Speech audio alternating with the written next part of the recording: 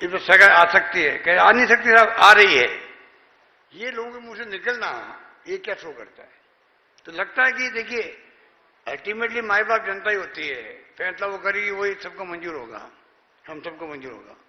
पर जो सोच सामने आ रही है, लगता है इस बार सरकार गुड गवर्नेंस के कारण से रिपीट करेंगी पब्लिक, ऐसा लगता है।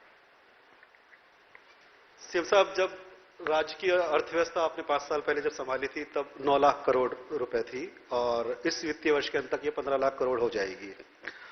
मिशन 2030 अगले 7 साल में आप अपने विजन से इसको कहां पर देखना चाहते हैं, जिसके लिए पूरा मिशन 2030 हमने सोचा है? जीडीपी की बात कर रहे हैं हम लोग जी।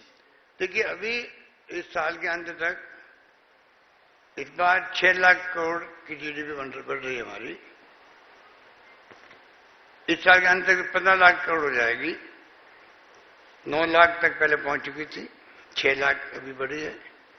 हम लेके चले टारगेट कि अगले 2030 तक कम से कम 30 लाख करोड़ की जीडीपी का विस्तार हो, जिससे कि और ज्यादा स्कीम बन सके राजस्थान के लिए, और ज्यादा योजनाएं पब्लिक के वेलफेयर में बन सके, आधारभूत ढांचा और खड़ा हो सके हर क्षेत्र के अंदर।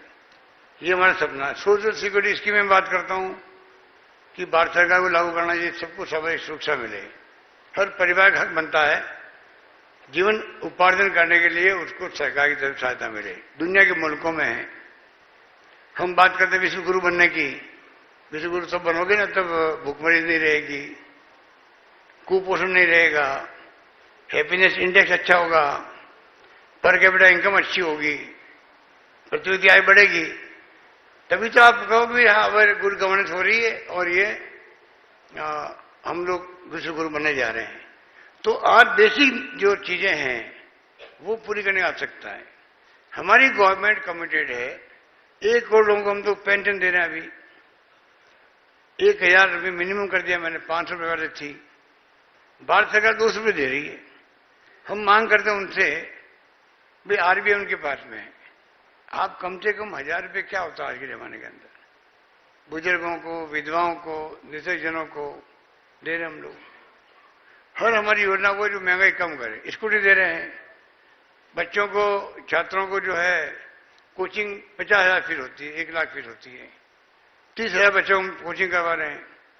तो ये तमाम जो योजना हमारी है उससे उस परिवार का बचत होता है, महंगाई की मार कम होती है, यही बात हो सकती है। तो कोरोना की महामारी जब आई थी तो हमारा कोरोना मैनेजमेंट जो है वो दुनिया के लेवल, ग्लोबल लेवल पर उसको सराहा गया था। एक ऑफिशियल आंकड़ा, एक अनुमान था कि हर साल हमारी आबादी का 7% केवल स्वास्थ्य संबंधी खर्चों की वजह से बीपीएल हो जाता है और इसका असर जीडीपी पर पड़ता है।